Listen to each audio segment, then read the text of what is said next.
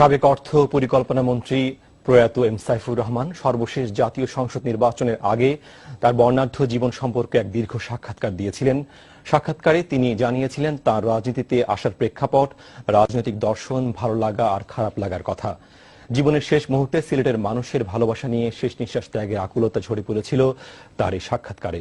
সাক্ষাৎকারটি নিয়েছিলেন channel S এর বিশেষ প্রতিনিধি মঈনুদ্দিন মঞ্জু। সাক্ষাৎকারের চুম্বক অংশ নিয়ে একটি বিশেষ প্রতিবেদন।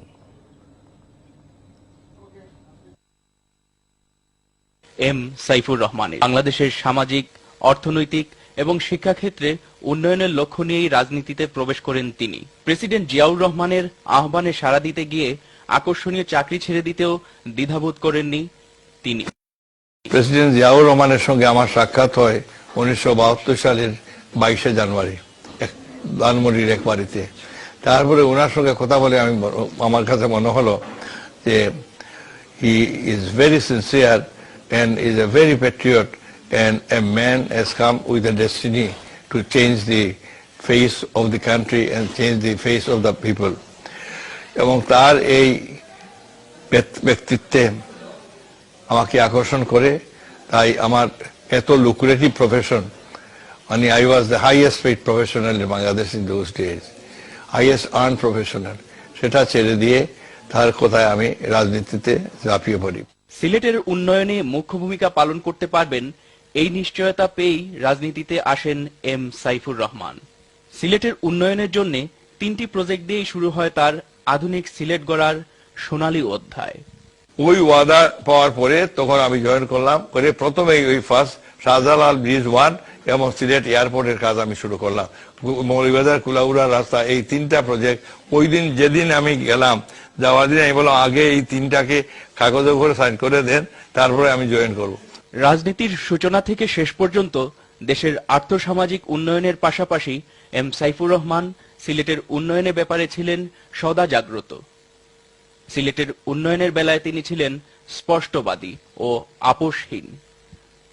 আমি কাগজ উল্টাইয়া দেখি বিভিন্ন ডিস্ট্রিক্ট আছে সিলেটের ডাবলাই, সিলেট নাই করো। আমি বললাম বেগম জিয়াকে, প্রধানমন্ত্রীকে বললাম সব ডিস্ট্রিক্টের নাম দেখি, কিন্তু আমার ডিস্ট্রিক্ট 1 কোটি লোকের বেশি, সেখানে ইঞ্জিনিয়ারিং ইউনিভার্সিটি নাই কেন? তখন সেক্রেটারি সাহেবরা তখন তারা বলে, ম্যাডাম ওনার তো সিলেটে ইঞ্জিনিয়ারিং কলেজই নাই, ইউনিভার্সিটি পাইবে কোথার থেকে? তাহলে ঠিক আছে, আমি কলেজ দিয়ে শুরু করেন, first phase to be converted to university, এবং এইরকম করে প্রজেক্ট বানাইয়া নিয়ে আসেন। তো বলে এইটা কি হবে? বলে এইটা হবে না, ওইটা নিয়ে আসেন, নিয়ে আসার পরে একসঙ্গে 2টা হবে। সিলেটের মানুষের ভালোবাসাই তাকে এতদিন বাঁচিয়ে রেখেছিল। আমৃত্যু সিলেটের মানুষের ভালোবাসা নিয়েই বেঁচে থাকতে চেয়েছিলেন এই বর্ষিয়ান রাজনীতিবিদ। মানুষের মমতা, আমি মরার দিন এই মানুষের মমতার মধ্যে মরতে চাই, সিলেটের মানুষের ভালোবাসার মধ্যে মরতে চাই, এটাই আমার। এবং আমার সবসময় শর্মা নদীর তীরে আমার ঠিকানা রে, বাবা শাহজালালের দেশ সিলেট ভূমিরে, এইটা সব মনের মধ্যে থাকে। মৃত্যুর আগের দিন সিলেট সার্কিট হাউসে সাইফুর রহমান দীপ্ত কণ্ঠে উচ্চারণ করে বলেছিলেন, সিলেটের উন্নয়নের জন্য সরকারের বাইরে থেকেও কাজ করবেন তিনি। সিলেট দরদী ব্যক্তিত্ব এম সাইফুর রহমানের সকল অসম্পূর্ণ কাজ বর্তমান সরকার সমাপ্ত করবে, এটাই এখন সুখে মুহ্যমান সিলেটবাসীর প্রত্যাশা।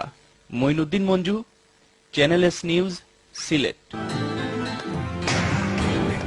You're watching Channel S.